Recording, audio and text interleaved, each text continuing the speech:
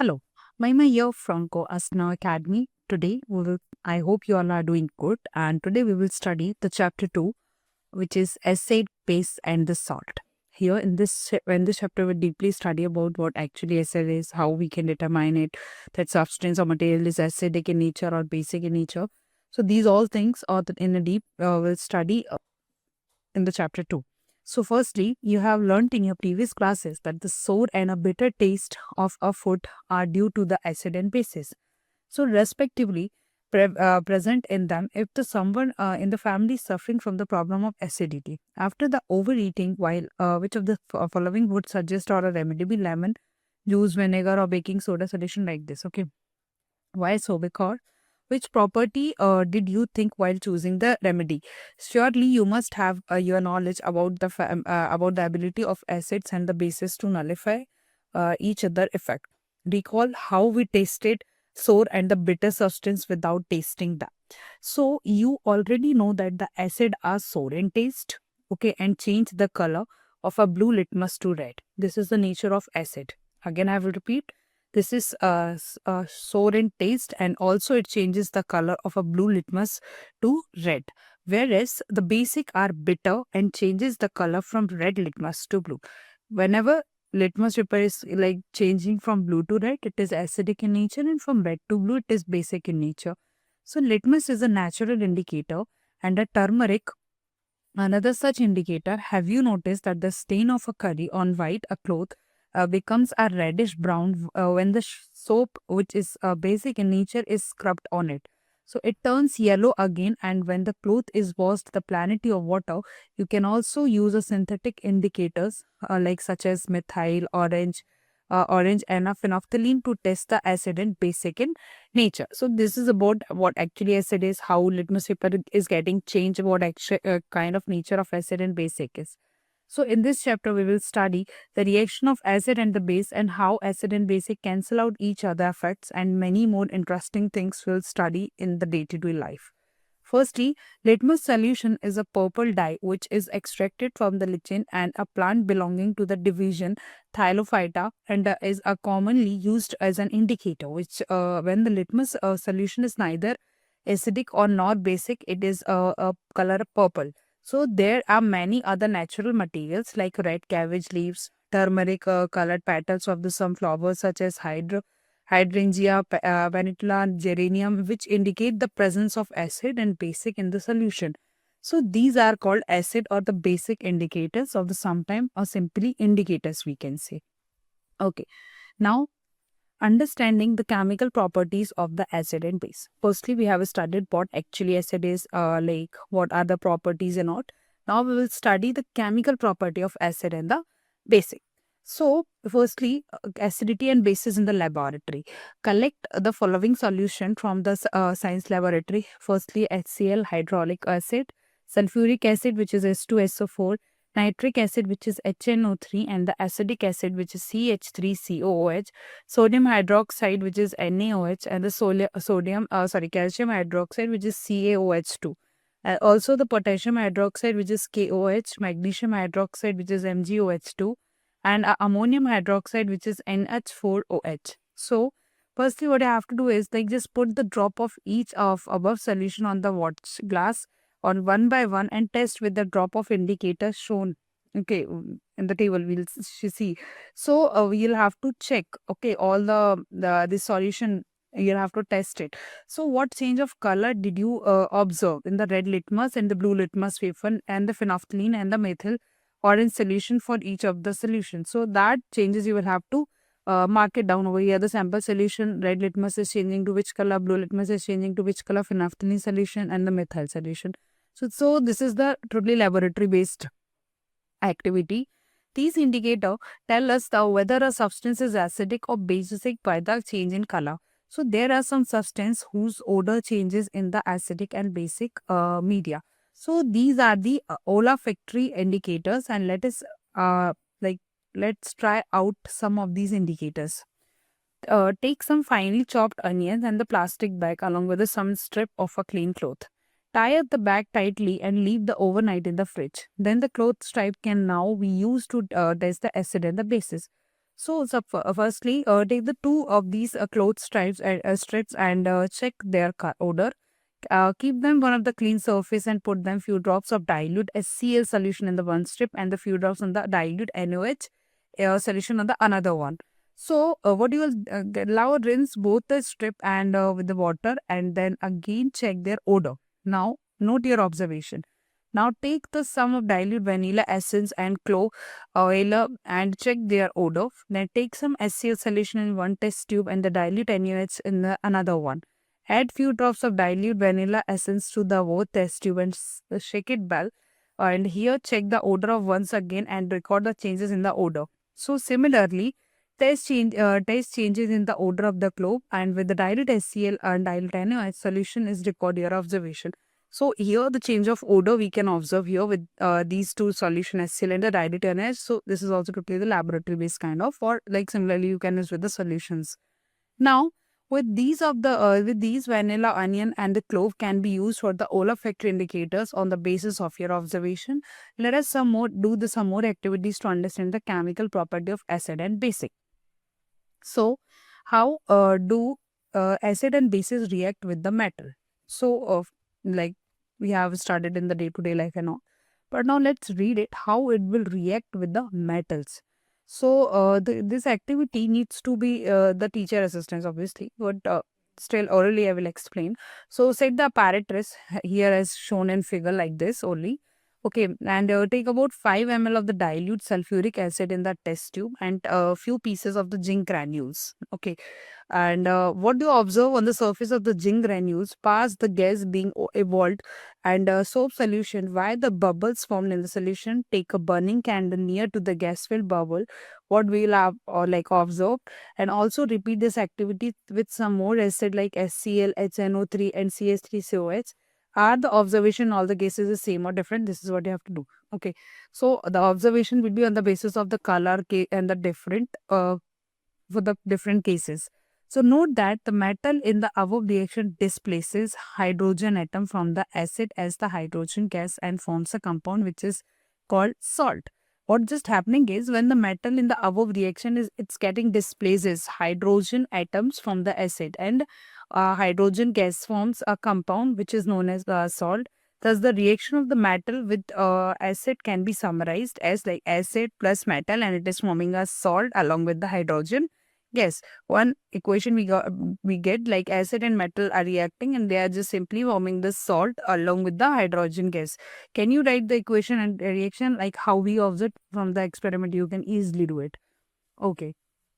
Also, place the pieces of the granule zinc water in the test tube and add 2 ml of the sodium hydroxide solution and warm content of the test tube. Then repeat the test of this step as an activity, whatever we did in 2.3, and record your observations. So at that time, when we do it with the zinc and with the sodium hydroxide, so the reaction takes place can be written as follow, which is 2NaOH, which is an aqueous in nature, zinc, which is solid in nature, and here we get Na2, ZNO2, and then which is in the solid state, which is sodium zincate we can say, and hydrogen gas, hydrogen which is in the gaseous state. So this is the reaction will take place when we are doing same experiment, but with the different with the different solution sodium hydroxide and the zinc. Okay, so we are getting a sodium zincate. So you will find the hydrogen is found in the reaction. However, the such reaction is not possible with all the metals. It's not possible. Now, how do metal carbonate and the metal hydrogen carbonate react with acid? We have did it like with the metals and all. But now, how metal carbonate and a metal hydrogen carbonate react with acid? So, firstly, just take the two test tube label with the A and B. Okay, and then here you can see A and B. Take a count about like 0.5 gram of sodium carbonate, which is Na2CO3, in the test tube A, and about 0.5 gram of the sodium hydrogen carbonate, NaHCO3. Okay, so in the test tube B, add the 2 ml of a dilute HCl to the both test tube and pass the gas produced in the each of the lime water calcium hydroxide solution as shown in figure like this. So record the observation. So while doing this, you will get some reaction. The reaction occurring in the our activity for the test tube A first, it will be like Na2CO3 plus 2HCl aqueous in the nature, and we get 2NaCl plus H2O and CO2. For the second test tube, it is for the NaHCO3 and HCl. Here we get NaCl aqueous in nature, H2O, and CO2. These are the two different reactions for the both the test tube A and B. So when we pass the carbon dioxide gas dissolved in the lime water, then it will be like CaOH2 aqueous in nature, and like CO2, which is in the gaseous in nature, also CaCO3 white precipitate, and H2O, which is in the liquid form. Now, on passing the excess carbon dioxide, the following reaction also takes place. CaCO3, which is in the solid state, H2O plus CO2, and we get here CaHCO3, which is soluble in water. So, limestone, chalk, marble are the different form of the calcium carbonate. All the metal carbonates and the hydrogen carbonate react with acid and give a corresponding salt, carbon dioxide in the water. So thus the reaction can be summarized as metal carbonate, hydrogen carbonate, or either metal carbonate or either metal hydrogen carbonate, acid solid, carbon dioxide in a water. So this is the reaction we can summarize over here. Now, how do acid and the base react with each other? We have started with the metals and all. Now we'll study how they react with each other. So, take about the 2 ml of the dilute NaOH solution in the test tube and add the 2 drop of the phenolphthalein solution. What is the color of solution? Add the dilute HCl solution to the above solution drop by drop. Is there any color changes for the reaction mixture? Why did the color phenolphthalein changes after the addition of acid? Now add few drops of NaOH and above the mixture, whatever the mixture we had made. And does the pink color of the phenolphthalein is reappear? Or why do you think this has happened? So in the above activity, the chemical reaction which will take place like NaOH in the aqueous in nature and HCl aqueous in nature, and here while they combine, we get here NaCl sodium chloride or H2O, which is in the liquid state. So the reaction between an acid and bases to give us salt and water is known as a neutralization. You can see this is salt and this is water. So when the acid and bases are reacting, they are giving a salt and water, which is known as neutralization reaction. In the general, neutralization reaction can be written as base plus acid, which are giving salt plus water. So this is what happens when acid and base reacts with each other. Now, reaction of metallic oxide with acids.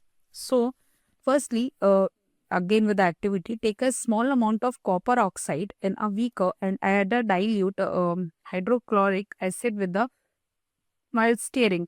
So note that the column of color of the solution, what has happened to the copper oxide. So you will notice that the color of the solution becomes blue, green, and copper oxide dissolves. So the blue-green color of the solution is due formation of the copper chloride in the reaction. The general reaction between the metal oxide and acid can be written as metal oxide plus acid. When they react, they are forming a salt and water again. Okay. Now write the balance equation for the above reactions, and also since the metallic oxide react with the acid to give the salt and water, similar to the reaction of the base with the acid, metallic oxide are said to be the basic oxide. Now the reaction of non-metallic oxide with the base. So here, firstly you saw the reaction that between a carbon dioxide and the calcium hydroxide, lime water, activity 2.5 with calcium hydroxide, which is a base, react with the carbon dioxide to produce the salt and water. Since this is similar to the reaction between the bases and the acid, so we can conclude that it's a non-metallic oxide are acidic in nature. Now let's move forward with some question. First one is, why should the curd in the source substance not kept in the brass and copper vessel? So curd and source substance contain acid, and these acid react with the brass or copper metal to form a toxic salt, so which can be spoil the food and can make it unfit for consumption. That's why it is the reason that hence the substance should not be kept in a brass and the copper vessel. Second is, which gas is usually liberated when an acid react with a metal? Illustrate with an example, and how will you test for the presence of this gas? So when the acid react with the metal, the gas which is like liberated will be H2. Okay. With an firstly, with an example like Zn plus H2SO4 reacting, Zn SO4 we are getting and H2 is releasing. So test for the hydrogen gas. Bring the burning matchstick near the gas, okay, and it burns with the pop-up sound. So confirming the presence of hydrogen. So here the gas which we'll use will be the hydrogen. Now the metal compound A react with a dilute hydraulic acid to produce the effervescence. Then this gas involved in the action gas are burning candle. Right, the balanced chemical equation for the reaction if the compound formed to be the calcium chloride. So firstly, the gas which action gas a burning candle will be the CO2, which is carbon dioxide. Okay, and also therefore the compound A is a calcium carbonate CaCO3, and the reaction if I will say like CaCO3 plus 2HCl, and we get CaCl2H2O plus CO2. Now, what do all the acid and all the bases have in a common? So firstly, in the section 2.1, we have seen that all the acid have a similar chemical property. What leads to the similarity in the property? We saw in the activity here 2.3, and these acid generate hydrogen gas on the reacting with metal. So hydrogen seem to be the common in all acid. Let us learn or perform all the activity investigated whether all the compound containing hydrogen are acid or not. So this activity, like take a solution of the glucose, alcohol or hydrochloric acid, sulfuric acid, etc. Fix two nail in the cork and place the cork in the 100 ml of beaker. So connect the nail of the two terminal and the 6-volt battery through the bulb and a switch as is shown in the figure. Now pour some dilute HCl in the beaker and such switch the current.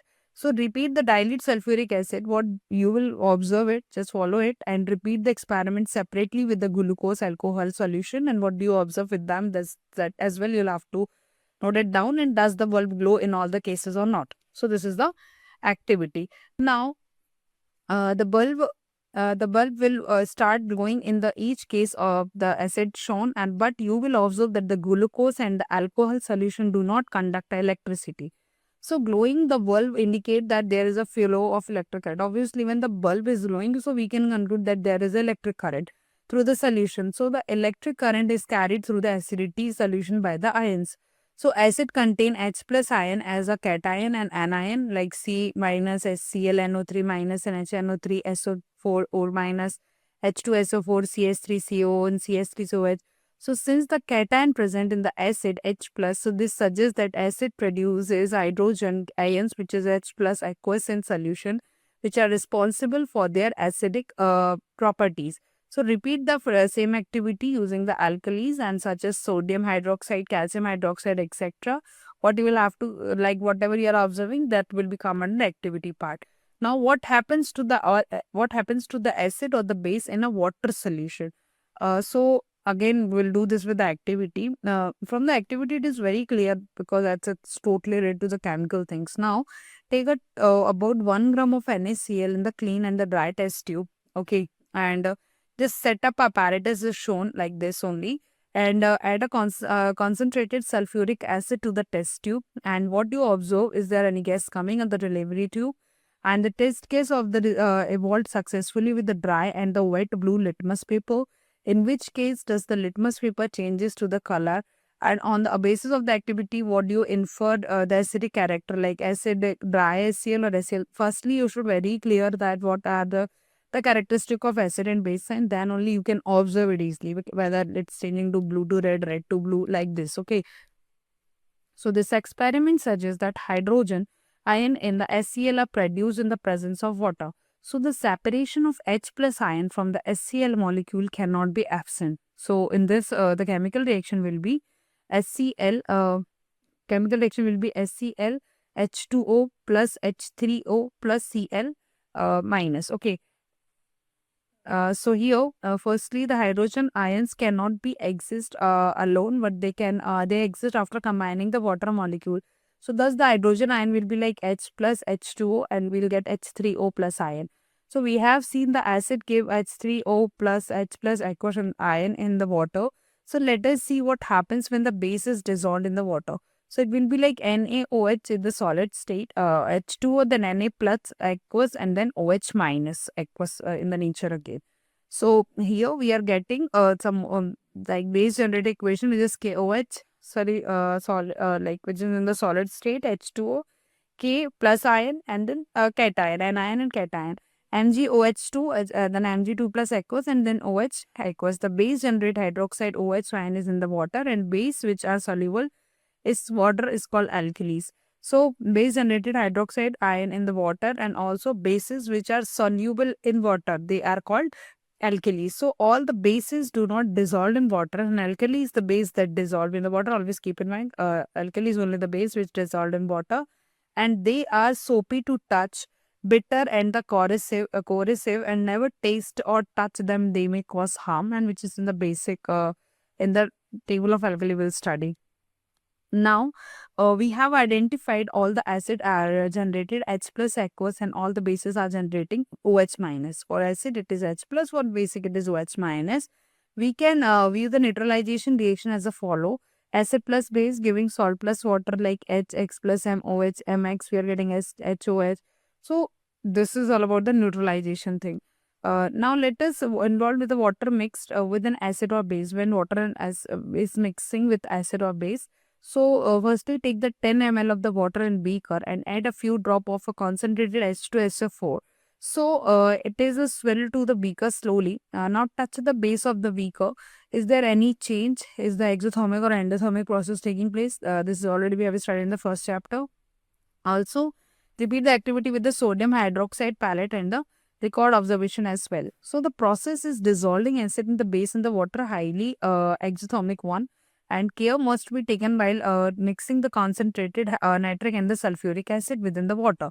So the acid must be added slowly to the water with a constant stirring, and if water is added to the concentrated acid, the heat is generated and may cause the mixture to splash out, the thing cause burns, and the glass container may also break. The excessive local heating is because of heating. Okay, look at the warming sign, and as in the concentrated sulfuric acid in the bottle of the sulfuric hydroxide palette. So mixing an acid on the base, water dissolve decreases in the concentration, and H3OH minus is the per unit volume. Such process is called dilution of the acid and base. It's said to be diluted. Okay, so this was the condition when we can say like this what happens when the acid or bases are in the water solution. Okay, now let's move ahead with some questions. As the first one is, why do HCl, HNO3, etc. Show the acidic characters of aqueous solution, and while the solution of the compound like alcohol and the glucose do not show an acidic character? So, see, HCl and HNO3 disassociate in the water and produces the hydrogen ions. Hydrogen ions like H plus, and another one will be H3O. H3O plus only, which are responsible for their acidic nature, and also alcohol and the glucose, although they contain a hydrogen, do not ionize in water, produce the hydrogen ions, and hence they do not show acidic in nature. Second is, why does like an aqueous solution of an acid conduct electricity? So an aqueous solution of an acid conduct electricity just because it contains the ion, it is containing the ion H plus, and that moves and carry the electric current. That's why we can say that aqueous solution of an acid conductor electricity. Now the third one is, why does the dry HCl gas gas not change the color of the dry litmus paper? So dry HCl gas does not contain a water, and therefore does not produce the hydrogen ion H plus, since the acidity depend on the presence of H plus ions in the solution. So the dry HCl cannot change the color of a litmus paper. This is the reason why HCl is not changing the color of litmus paper. Okay. Fourth is, while diluting an acid, why it is recommended that the acid should be added to the water and not water to the acid. So dilution of the acid is an exothermic. Exothermic means it is releasing the heat, and if the water is added to the acid, A large amount of heat is released suddenly and which can cause the acid to splash and cause burns.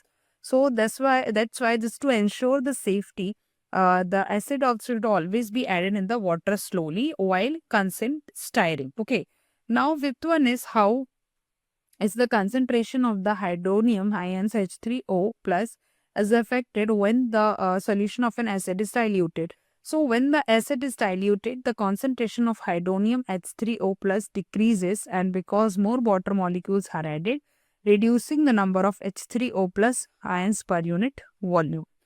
Last one is how is the concentration of hydroxide OH minus is affected when the excess of the base dissolved in the solution hydroxide. So when the excess of the base is added to the sodium hydroxide, solution of the concentration hydroxide ion OH minus actually increases, and because of more OH minus ion are released in the solution. So this is all about the part 1. In the second part we'll study the pH scale and all, how we can use the pH scale or the value or the pH value and all. But so this is all for the part 1. Now still you have any doubts or you want a teacher to guide you personally for any topic, just join our 1-to-1 live tutoring at Guasna Academy.